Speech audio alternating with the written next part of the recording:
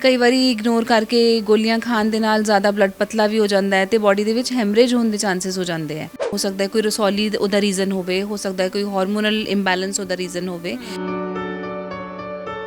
Periods ਨਾ ਆਣਾ, ਰੁਕ ਜਾਣਾ, ਸਲੋ ਹੋ ਜਾਣਾ, ਬਲੀਡਿੰਗ ਯੂਜੂਅਲ ਤੋਂ ਘੱਟ ਹੋ ਜਾਣੀ, ਫਲੋ। ਮਿਸਕੈਰੇजेस ਜਿਹੜੀਆਂ ਹੈਗੀਆਂ ਜਿਹੜੀ ਖਾਸ ਕਰ ਫਸਟ 3 ਮੰਥਸ ਦੇ ਵਿੱਚ ਹੁੰਦੀਆਂ, ਕਿ ਤੁਸੀਂ ਮੰਨੋਗੇ ਕਿ ਸਟੈਟਿਸਟਿਕਸ ਕਹਿੰਦੇ ਨੇ ਕਿ ਹਰ 1 ਸੈਕਿੰਡ 'ਚ ਇੱਕ ਔਰਤ ਪੂਰੇ ਵਰਲਡ ਓਵਰ ਸਰਵਾਈਕਲ ਕੈਂਸਰ ਯਾਨੀ ਯੂਟਰਸ ਦੇ ਮਾਊਥ ਤੇ ਕੈਂਸਰ ਦੇ ਨਾਲ ਡਾਇਗਨੋਜ਼ ਕੀਤੀ ਜਾ ਰਹੀ ਹੈ। ਤੇ ਅਗਰ ਇਨਫੈਕਸ਼ਨ ਸ਼ੁਰੂ ਦੇ ਵਿੱਚ ਫੜੀ ਜਾਵੇ ਤੇ ਉਹ ਟ੍ਰੀਟ ਵੀ ਕੀਤੀ ਜਾਂਦੀ ਹੈ। ਸਤਿ ਸ਼੍ਰੀ ਅਕਾਲ, ਟੀਵੀ ਪੰਜਾਬ ਦੇਖ ਰਹੇ ਤਮਾਮ ਦਰਸ਼ਕਾਂ ਦਾ ਮੈਂ ਅਮਨਦੀਪ ਸਵਾਗਤ ਕਰਦੀ ਹਾਂ। ਦੋਸਤੋ, ਬਹੁਤ ਸਾਰੀਆਂ ਚੀਜ਼ਾਂ ਹੁੰਦੀਆਂ ਨੇ ਜਿਨ੍ਹਾਂ ਨੂੰ ਅਸੀਂ ਇਗਨੋਰ ਕਰ ਦਿੰਦੇ, ਖਾਸ ਕਰਕੇ ਆਪਣੀ ਸਿਹਤ ਨੂੰ।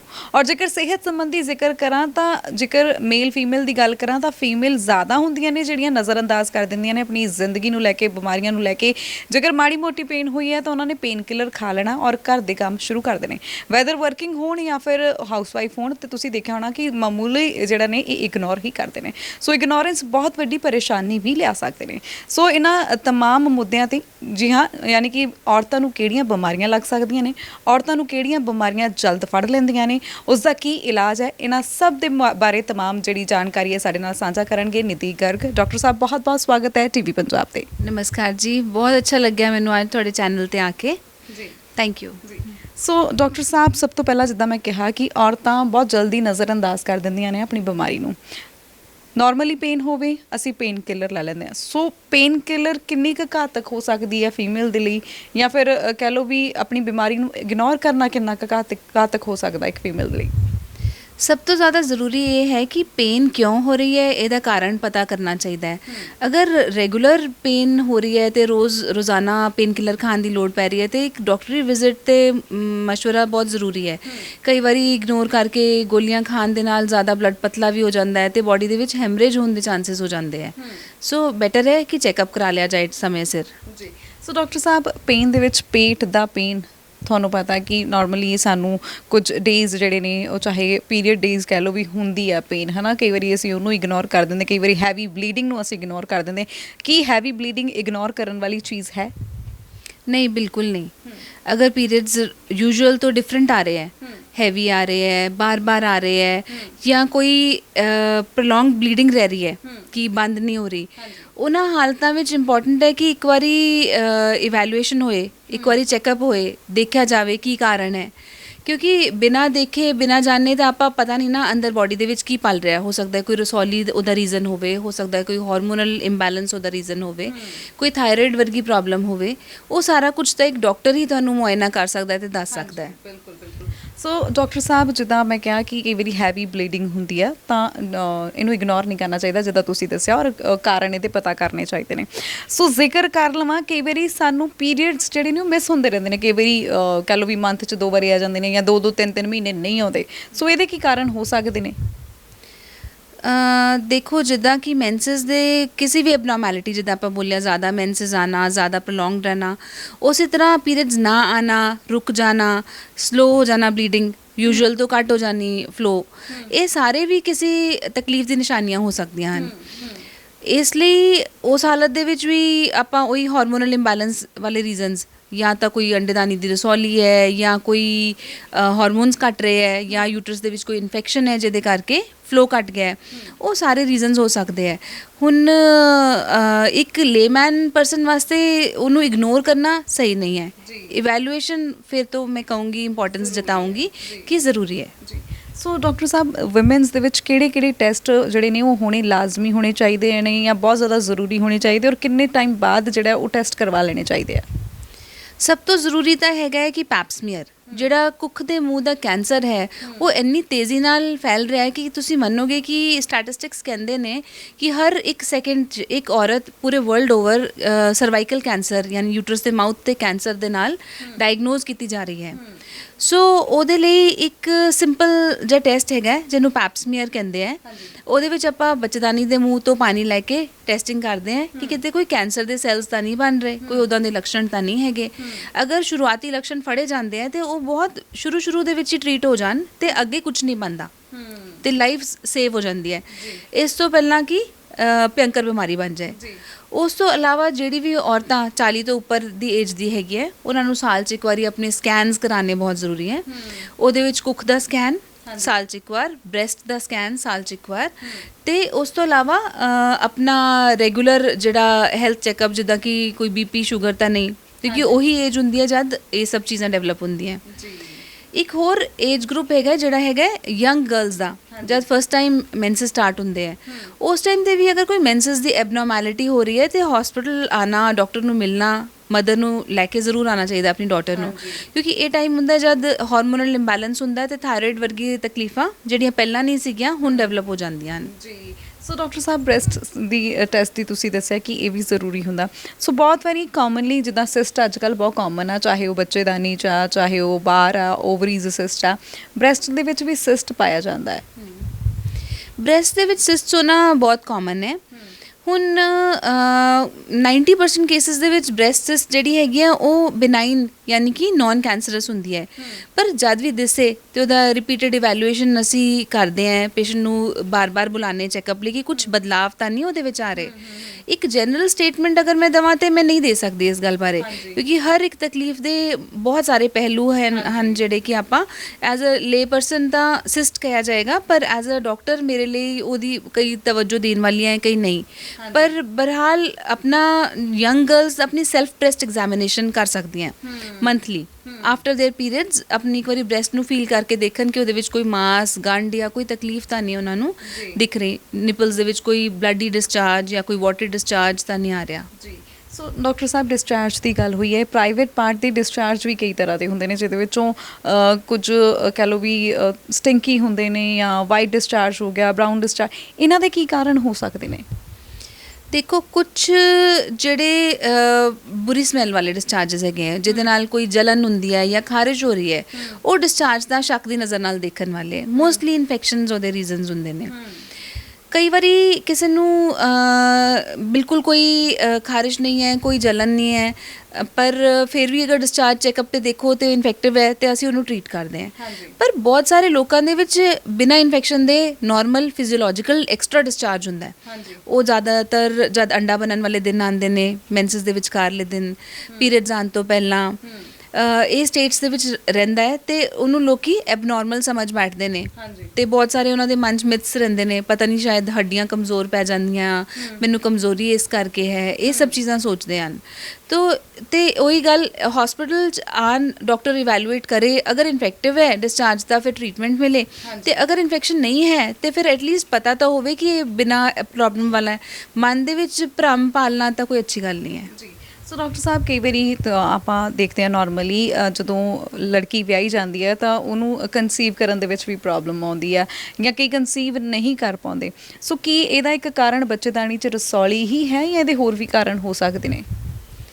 ਬੱਚਾ ਨਾ ਠਹਿਰਨ ਦੇ ਤਾਂ ਅਣਗਿਣਤ ਕਾਰਨ ਨੇ, ਉਹਦੇ ਵਿੱਚ ਮੇਲ ਦੇ ਵੀ ਫੈਕਟਰਸ ਹੋ ਸਕਦੇ ਹਨ ਤੇ ਔਰਤ ਦੇ ਵੀ, 50-50% ਦੋਨੋਂ ਪਾਰਟਨਰਸ ਇਨਵੋਲਵਡ ਹੋ ਸਕਦੇ ਹਨ। ਅਗਰ ਗੱਲ ਕਰੀਏ ਬੱਚੇਦਾਨੀ ਦੀ, ਹਾਂ ਜਿੱਦਾਂ ਤੁਸੀਂ ਕਿਹਾ, ਰਸੌਲੀਆਂ ਇੱਕ ਜ਼ਰੂਰੀ ਅਹਿਮ ਕਾਰਨ ਹਨ। ਉਸ ਤੋਂ ਇਲਾਵਾ ਟਿਊਬਾਂ ਦੇ ਵਿੱਚ ਬਲੋਕੇਜ ਹੋਣਾ ਇੱਕ ਕਾਮਨ ਰੀਜ਼ਨ ਹੈ। ਬਹੁਤ ਸਾਰੇ ਕੇਸਾਂ ਦੇ ਵਿੱਚ ਅਗਰ ਉਹ ਟਿਊਬਾਂ ਖੁੱਲ ਜਾਣ ਤਾਂ ਫਿਰ ਪ੍ਰੈਗਨੈਂਸੀ ਈਜ਼ੀਲੀ ਹੋ ਜਾਂਦੀ ਹੈ। ਫਿਰ ਉਸ ਤੋਂ ਇਲਾਵਾ ਅੰਡੇ ਦਾ ਨਾ ਬਣਨਾ, ਅੰਡੇ ਦਾ ਨਾ ਫੁੱਟਣਾ ਜਾਂ ਬੱਚੇਦਾਨੀ ਦੀ ਲਾਈਨਿੰਗ ਸਹੀ ਤਰੀਕੇ ਨਾਲ ਨਾ ਤਿਆਰ ਹੋਣਾ ਕਾਰਨ ਹੋ ਸਕਦੇ ਹਨ। ਕਿਸੇ ਕੇਸਿਸ ਦੇ ਵਿੱਚ ਜਦ ਕੋਈ ਕਾਰਨ ਨਹੀਂ ਮਿਲਦਾ ਤਾਂ ਵੀ ਟ੍ਰੀਟਮੈਂਟ ਬੈਨੀਫੀਸ਼ੀਅਲ ਹੁੰਦਾ ਹੈ, ਕਿਉਂਕਿ ਟ੍ਰੀਟਮੈਂਟ ਦੇ ਵਿੱਚ ਅਸੀਂ ਅਗਰ ਐਗ ਨਹੀਂ ਬਣ ਰਿਹਾ ਕਿਸੇ ਦਾ ਤੇ ਐਗ ਇਨਕਰੀਜ਼ ਕਰ ਦਿੰਦੇ ਹਾਂ, ਟਿਊਬਾਂ ਇੱਕ ਵਾਰੀ ਫਿਰ ਨਵੇਂ ਸਿਰੇ ਤੋਂ ਕਲੀਨ ਕਰ ਦਿੰਦੇ ਹਾਂ, ਥੋੜੇ ਬਹੁਤ ਅਗਰ ਇਨਫੈਕਸ਼ਨ ਦੇ ਲੱਛਣ ਦਿਸਣ ਤੇ ਉਹਨੂੰ ਵੀ ਟ੍ਰੀਟ ਕਰ ਦਿੰਦੇ ਹਾਂ। ਇਹਨਾਂ ਸਭ ਚੀਜ਼ਾਂ ਨਾਲ ਪ੍ਰੈਗਨੈਂਸੀ ਦਾ ਚਾਂਸ ਬਹੁਤ ਅੱਛੀ ਤਰ੍ਹਾਂ ਨਾਲ ਵਧਾਇਆ ਜਾ ਸਕਦਾ ਹੈ। ਸੋ ਡਾਕਟਰ ਸਾਹਿਬ, ਕੀ ਸਾਹਮਣੇ ਆਏ ਨੇ ਕਾਰਨ ਕਿ ਟਿਊਬਸ ਕਿਉਂ ਬਲੌਕ ਹੋ ਜਾਂਦੀਆਂ ਨੇ? ਮੋਸਟਲੀ ਟਿਊਬਸ ਇਨਫੈਕਸ਼ਨਸ ਕਰਕੇ ਬਲੌਕ ਹੁੰਦੀਆਂ ਹਨ। ਸਭ ਤੋਂ ਜ਼ਿਆਦਾ ਕਾਮਨ ਰੀਜ਼ਨ ਹੈ ਇਨਫੈਕਸ਼ਨ। ਉਹਦੇ ਵਿੱਚ ਅਸੀਂ ਜਦ ਪੇਸ਼ੈਂਟ ਨੂੰ ਬਹੁਤ ਟਾਈਮ ਹੋ ਗਿਆ, ਨਹੀਂ ਪ੍ਰੈਗਨੈਂਸੀ ਹੋ ਰਹੀ, ਤੇ ਕਈ ਵਾਰੀ ਪੇਟ 'ਚ ਦੂਰਬੀਨ ਪਾ ਕੇ ਦੇਖੀਦਾ ਹੈ ਤੇ ਸਾਨੂੰ ਉਹ ਲੱਛਣ ਦਿਸ ਜਾਂਦੇ ਹਨ, ਪਤਾ ਲੱਗ ਜਾਂਦਾ ਹੈ। ਤੇ ਅਗਰ ਇਨਫੈਕਸ਼ਨ ਸ਼ੁਰੂ ਦੇ ਵਿੱਚ ਫੜੀ ਜਾਵੇ ਤੇ ਉਹ ਟ੍ਰੀਟ ਵੀ ਕੀਤੀ ਜਾਂਦੀ ਹੈ, ਪਰ ਅਗਰ ਇਨਫੈਕਸ਼ਨ ਨੂੰ ਅੰਦਰ ਪਏ ਬਹੁਤ ਟਾਈਮ ਹੋ ਜਾਏ ਤਾਂ ਫਿਰ ਟਿਊਬਸ ਬਿਲਕੁਲ ਡੈਮੇਜ ਹੋ ਜਾਂਦੀਆਂ ਤੇ ਉਹਨੂੰ ਕਦੀ ਦੁਬਾਰਾ ਰਿਕਵਰ ਨਹੀਂ ਕੀਤਾ ਜਾ ਸਕਦਾ। ਸੋ ਜਿਹੜੀਆਂ ਰਿਕਵਰ ਨਹੀਂ ਕੀਤੀਆਂ ਜਾ ਸਕਦੀਆਂ ਟਿਊਬਸ ਆ, ਉਹਨਾਂ ਦੇ ਵਿੱਚ ਪ੍ਰੈਗਨੈਂਸੀ ਦੇ ਤਾਂ ਚਲੋ ਚਾਂਸਸ ਮੈਨੂੰ ਲੱਗਦਾ ਕਿ ਨਹੀਂ ਹੁੰਦੇ ਹੋਣਗੇ, ਹੁੰਦੇ ਹੈ ਜਿਨ੍ਹਾਂ ਦੇ ਵਿੱਚ ਪਤਾ ਲੱਗ ਗਿਆ ਕਿ ਟਿਊਬਲ ਡੈਮੇਜ ਹੈਗਾ ਹੈ, ਤੇ ਉਹਨਾਂ ਟੈਸਟ ਟਿਊਬ ਬੇਬੀ ਦੇ ਥਰੂ ਬੇਬੀ ਲਿੱਤਾ ਜਾ ਸਕਦਾ ਹੈ।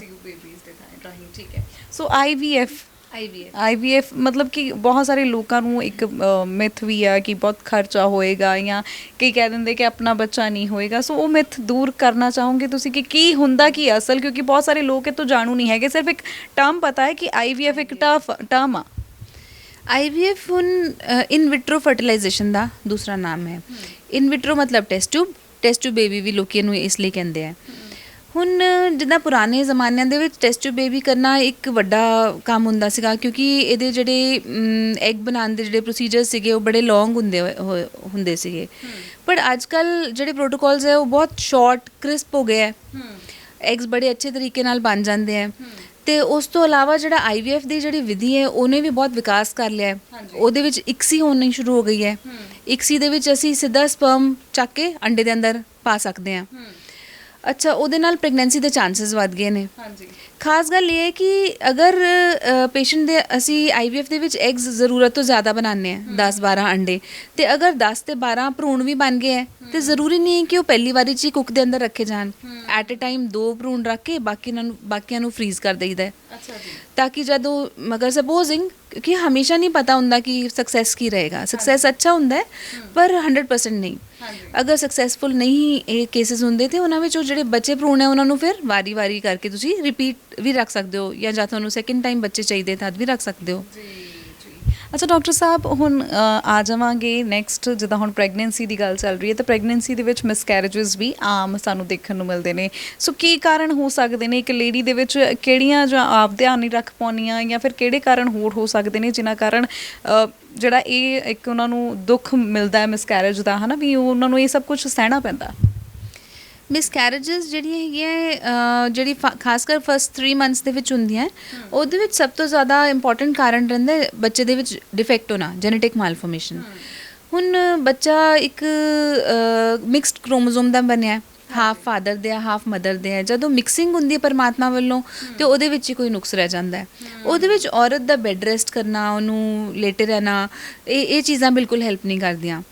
ਉਸ ਤੋਂ ਇਲਾਵਾ ਕਈ ਕਾਰਨ ਹੋਰ ਹੁੰਦੇ ਆ, ਜਿੱਦਾਂ ਕਿ ਕੁੱਖ ਨੂੰ ਖੂਨ ਦਾ ਬਹਾਵ ਮਿਲਣਾ ਬੰਦ ਹੋ ਜਾਂਦਾ ਹੈ। ਸ਼ੁਰੂ ਤਾਂ ਹੋ ਜਾਂਦੀ ਹੈ ਪ੍ਰੈਗਨੈਂਸੀ, ਪਰ ਜਦ ਆਉਂਦੀ ਵਾਰੀ ਗਰੋਥ ਦੀ ਤਦ ਉੱਥੇ ਰੁਕ ਜਾਂਦੀ ਹੈ। ਤੇ ਅਕਸਰ ਲੋਕੀ ਮਿਸਡ ਅਬੋਰਸ਼ਨ ਦੀ ਰਿਪੋਰਟਸ ਨੂੰ ਲੈ ਕੇ ਘੁੰਮਦੇ ਰਹਿੰਦੇ ਆ। ਹੁਣ ਇਹ ਜਾਣਨਾ ਜ਼ਰੂਰੀ ਹੈ ਕਿ ਮਿਸਡ ਅਬੋਰਸ਼ਨ ਵਾਲੇ ਕੇਸਿਸ ਦੇ ਵਿੱਚ ਅਗਰ ਅੱਛੇ ਤਰੀਕੇ ਨਾਲ ਟ੍ਰੀਟਮੈਂਟ ਮਿਲ ਜਾਵੇ ਤੇ ਬੜਾ ਅੱਛਾ ਸਕਸੈਸ ਰਹਿ ਜਾਂਦਾ ਹੈ ਪ੍ਰੈਗਨੈਂਸੀ ਦਾ। ਜ਼ਰੂਰੀ ਨਹੀਂ ਹੈ ਕਿ ਮਿਸਡ ਅਬੋਰਸ਼ਨ ਦਾ ਲੇਬਲ ਲੱਗ ਗਿਆ ਤੇ ਫਿਰ ਹੁਣ ਇੱਦਾਂ ਹੀ ਹਰ ਪ੍ਰੈਗਨੈਂਸੀ ਖਰਾਬ ਹੀ ਹੋਏਗੀ। ਸੋ ਇੰਪੋਰਟੈਂਟ ਹੈ ਕਿ ਕੀ ਕਾਰਨ ਹੈ। ਜ਼ਿਆਦਾ ਕਾਮਨ ਤਾਂ ਮੈਂ ਤੁਹਾਨੂੰ ਦੱਸਿਆ, ਜਿੱਦਾਂ ਬੱਚਿਆਂ 'ਚ ਨੁਕਸ ਹੋਣਾ ਤੇ ਦੂਜਾ ਜਿਹੜਾ ਕਿ ਖੂਨ ਦਾ ਬਹਾਵ ਨਾ ਮਿਲਣਾ। ਇਸ ਤੋਂ ਇਲਾਵਾ ਹੋਰ ਬੜੇ ਰੀਜ਼ਨਸ, ਜਿੱਦਾਂ ਕੁੱਖ ਦੇ ਵਿੱਚ ਕੋਈ ਐਬਨੋਰਮੈਲਿਟੀ ਹੋਣਾ, ਰਸੌਲੀ ਹੋਣਾ, ਕੁੱਖ ਦੇ ਵਿੱਚ ਦੀਵਾਰ ਦਾ ਹੋਣਾ, ਇਨਫੈਕਸ਼ਨਸ ਹੋਣਾ ਹੋ ਸਕਦੇ ਹਨ। ਸੋ ਡਾਕਟਰ ਸਾਹਿਬ, ਰਸੌਲੀਆਂ ਆਪਾਂ ਆਮ ਘਰਾਂ ਦੇ ਵਿੱਚ ਸੁਣਦੇ ਹਾਂ। ਮੈਨੂੰ ਲੱਗਦਾ ਕਿ ਹੁਣ ਇੰਨੀ ਕੁ ਕਾਮਨ ਬਿਮਾਰੀ ਹੋ ਗਈ ਹੈ, ਜਦੋਂ ਅਸੀਂ ਕਿਸੇ ਨੂੰ ਪੁੱਛਦੇ ਹਾਂ ਨਾ ਕਿ ਕੀ ਪ੍ਰੋਬਲਮ ਆ, ਤਾਂ ਬੰਦਾ ਦੱਸਦਾ ਕਿ ਮੈਨੂੰ ਲੇਡੀ ਦੱਸਦੀ ਕਿ ਮੈਨੂੰ ਰਸੌਲੀ ਆ। ਸੋ ਰਸੌਲੀ ਪਾਣੀ ਦੀ, ਮਾਸ ਵਾਲੀ ਰਸੌਲੀ, ਸੋ ਇਹਨਾਂ ਦੇ ਵਿੱਚ ਅੰਤਰ ਜ਼ਰੂਰ ਪੁੱਛਣਾ ਚਾਹਾਂਗੀ।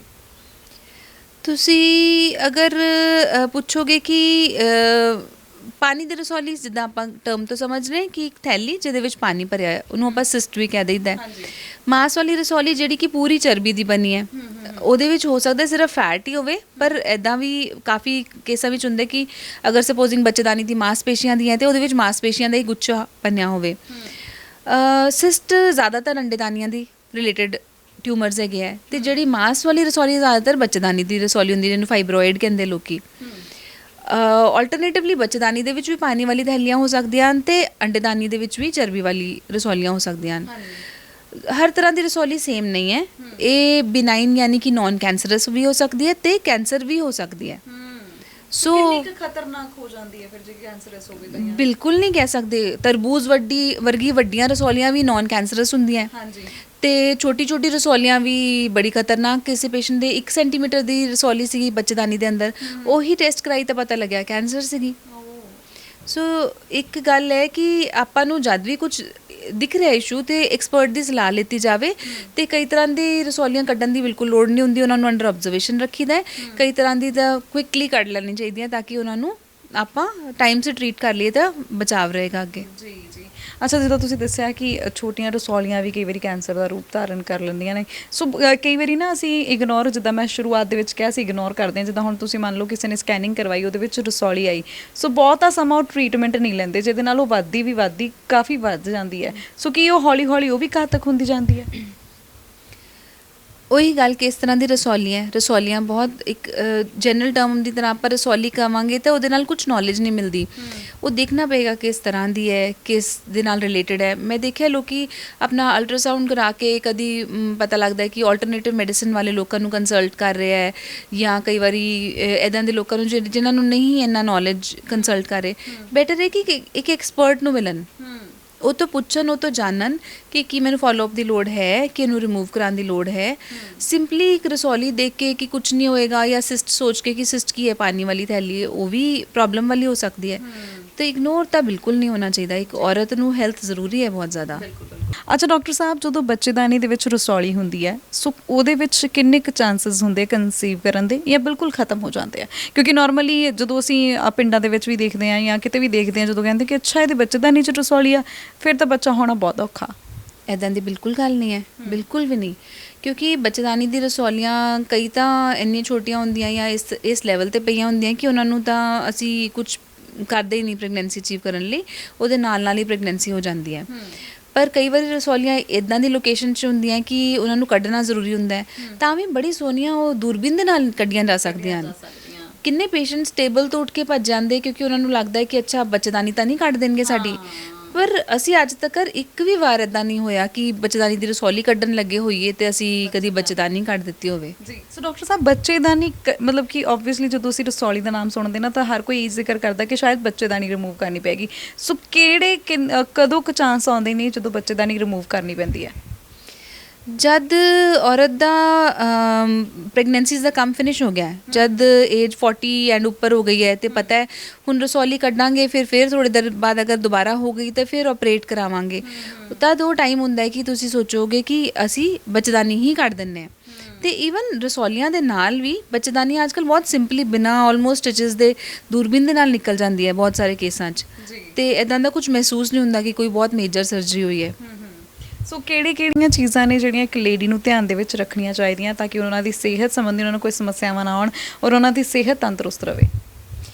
ਔਰਤ ਨੂੰ ਜਦ ਵੀ ਕੋਈ ਸਿੰਪਟਮਸ ਲੱਗਦੇ ਜਿਹੜੇ ਕਿ ਨਾਰਮਲ ਤੋਂ ਹਟ ਕੇ ਹੈ, ਜਿੱਦਾਂ ਮੈਂਸਸ ਦਾ ਮੈਂ ਦੱਸਿਆ ਕਿ ਨਾਰਮਲ 21 ਦਿਨ ਦੇ ਹੋ ਸਕਦੇ ਹੈ, ਮੈਕਸਿਮਮ 45 ਡੇਜ਼ ਦਾ ਸਾਈਕਲ ਹੋ ਸਕਦਾ ਹੈ। ਬਲੀਡਿੰਗ 4 ਤੋਂ 8 ਦਿਨ ਦੀ, 2 ਤੋਂ 8 ਦਿਨ ਦੀ ਵੀ ਸਮਝ ਸਕਦੇ ਹੈ, ਉਹ ਨਾਰਮਲ ਰੇਂਜ ਵਿੱਚ ਆਉਂਦੀ ਹੈ। ਪਰ ਅਗਰ ਕੁਝ ਵੀ ਬਾਡੀ ਦੇ ਵਿੱਚ ਬਦਲਾਵ ਆ ਰਿਹਾ ਜਿਹੜਾ ਕਿ ਪਹਿਲਾਂ ਨਹੀਂ ਸੀਗਾ, ਹੁਣ ਆ ਰਿਹਾ ਹੈ, ਕੋਈ ਐਬਨੋਰਮਲ ਡਿਸਚਾਰਜ ਹੈਗਾ ਬੁਰੀ ਸਮੈਲ ਵਾਲਾ, ਜਾਂ ਕੋਈ ਸੰਭੋਗ ਤੋਂ ਬਾਅਦ ਬਲੀਡਿੰਗ ਹੋ ਰਹੀ ਹੈ, ਇਹ ਸਾਰੇ ਖਤਰਨਾਕ ਲੱਛਣ ਹੋ ਸਕਦੇ ਨੇ। ਉਸ ਹਾਲਤ ਦੇ ਵਿੱਚ ਫਟਾਫਟ ਹਸਪੀਟਲ ਆ ਕੇ ਇੱਕ ਚੈੱਕਅਪ ਕਰਾਉਣਾ ਤਾਂ ਬਹੁਤ ਜ਼ਰੂਰੀ ਹੈ। ਸੋ ਕਿਹੜੀ ਡਾਈਟ ਉਹਨਾਂ ਨੂੰ ਆਪਣੇ ਧਿਆਨ ਦੇ ਵਿੱਚ ਰੱਖਣੀ ਚਾਹੀਦੀ ਹੈ ਜਿਹੜੀ ਨਾਰਮਲੀ ਅਸੀਂ ਖਾਣ ਦੇ ਵਿੱਚ ਲਈਏ ਤੇ ਉਹਦੇ ਨਾਲ ਵੀ ਸਾਡੀ ਸਿਹਤ ਜਿਹੜੀ ਤੰਦਰੁਸਤ ਰਹੇ? ਕੈਲਸ਼ੀਅਮ ਔਰਤਾਂ ਦੀ ਲਾਈਫ ਦੇ ਵਿੱਚ ਬਹੁਤ ਅਹਿਮ ਰੋਲ ਪਲੇ ਕਰਦਾ ਹੈ, ਕਿਉਂਕਿ ਹੱਡੀਆਂ ਨੇ ਹਰ ਵੇਲੇ ਸਟ੍ਰੈਸ ਝੇਲਣਾ ਹੈ ਪ੍ਰੈਗਨੈਂਸੀਜ਼ ਦੇ ਵਿੱਚ ਵੀ ਤੇ ਬਾਅਦ 'ਚ ਵੀ। ਸੋ 40 ਤੋਂ ਉੱਪਰ ਦੇ ਲੋਕੀ ਤਾਂ ਲੈਣ ਹੀ ਲੈਣ ਪੱਕਾ। ਬਾਕੀ ਜਿਹੜੇ ਯੰਗ ਬੱਚੇ ਆ ਉਹਨਾਂ ਨੂੰ ਵੀ ਦੁੱਧ ਦਾ ਸੇਵਨ ਕਰਨਾ ਰੈਗੂਲਰ, 1 ਗਲਾਸ ਸਵੇਰੇ 1 ਗਲਾਸ ਸ਼ਾਮ ਨੂੰ। ਦੁੱਧ ਨਹੀਂ ਪੀ ਸਕਦੇ ਤੇ ਲੱਸੀ, ਦਹੀਂ, ਇਹ ਚੀਜ਼ਾਂ ਆਪਣੀ ਡਾਈਟ ਵਿੱਚ ਸ਼ਾਮਿਲ ਕਰਨ। ਇਸ ਤੋਂ ਇਲਾਵਾ ਪ੍ਰੋਟੀਨ ਇਨਟੇਕ ਬਹੁਤ ਜ਼ਰੂਰੀ ਹੈ। ਪ੍ਰੋਟੀਨਸ ਦੇ ਵਿੱਚ ਅਗਰ ਐਗ ਈਟਰਸ ਹੈਗੇ ਨੇ ਤੇ ਐਗਸ ਖਾਣ, ਅਗਰ ਐਗ ਨਹੀਂ ਖਾਂਦੇ ਨੇ ਤੇ ਸੋਇਆ ਤੋਂ ਬਣੇ ਪਦਾਰਥ ਜਿੱਦਾਂ ਸੋਇਆ ਦਾ ਆਟਾ, ਸੋਇਆ ਦਾ ਦੁੱਧ, ਸੋਇਆ ਦਾ ਪਨੀਰ, ਇਹ ਚੀਜ਼ਾਂ ਲੈ ਸਕਦੇ ਨੇ। ਪ੍ਰੋਟੀਨ ਤੋਂ ਨਾਲ ਆਇਰਨ ਦੀ ਬਹੁਤ ਇੰਪੋਰਟੈਂਸ ਹੈ। ਪ੍ਰੈਗਨੈਂਸੀ ਦੇ ਵਿੱਚ ਮੈਂ ਬਹੁਤ ਇਸ ਚੀਜ਼ ਨੂੰ ਇੰਪੋਰਟੈਂਟ ਸਮਝਦੀ ਕਿ ਹੀਮੋਗਲੋਬਿਨ ਲੈਵਲ ਨਾਰਮਲ ਹੋਣਾ ਚਾਹੀਦਾ ਹੈ, 11 ਮਿਨੀਮਮ। ਉਸ ਤੋਂ ਘੱਟ ਨੂੰ ਤਾਂ ਐਕਸੈਪਟ ਨਾ ਕਰੋ। ਹਮੇਸ਼ਾ ਆਪਣਾ ਕੋਸ਼ਿਸ਼ ਕਰੋ ਕਿ ਆਇਰਨ ਲਓ, ਚਾਹੇ ਆਇਰਨ ਇੰਜੈਕਸ਼ਨਸ ਲੱਗਣ, ਪਰ ਹੀਮੋਗਲੋਬਿਨ ਦੇ ਲੈਵਲਸ ਨੂੰ ਮੇਨਟੇਨ ਕਰੋ ਐਟ ਨਾਰਮਲ। ਕਿਉਂਕਿ ਲੌਂਗ ਟਰਮ ਦੇ ਵਿੱਚ ਅਗਰ ਆਪਾਂ ਅਨੀਮੀਆ ਜਾਂ ਲੋ ਕੈਲਸ਼ੀਅਮ ਲੈਵਲਸ ਦੇ ਨਾਲ ਆਪਣੀ ਬੋਡੀ ਨੂੰ ਰੱਖਦੇ ਹਾਂ ਤੇ ਉਹਦੀ ਸਫਰਿੰਗ ਯਾਨੀ ਕਿ ਉਹਦੇ ਵਿੱਚ ਡਿਜ਼ੀਜ਼ ਆਉਣ ਦੇ ਚਾਂਸਸ ਵੱਧਦੇ ਜਾਂਦੇ ਨੇ। ਸੋ ਬਹੁਤ ਬਹੁਤ ਸ਼ੁਕਰੀਆ ਡਾਕਟਰ ਨਿਧੀ ਜੀ, ਤੁਸੀਂ ਇੰਨੀ ਖੂਬਸੂਰਤ ਜਾਣਕਾਰੀ ਸਾਡੇ ਦਰਸ਼ਕਾਂ ਦੇ ਨਾਲ ਸਾਂਝੀ ਕੀਤੀ। Thank you so much Aman ji, thank you channel ਦਾ ਤੇ ਸਾਰੇ ਦਰਸ਼ਕਾਂ ਨੇ ਜਿਨ੍ਹਾਂ ਨੇ ਇਹਨੂੰ ਅਟੈਂਡ ਕੀਤਾ।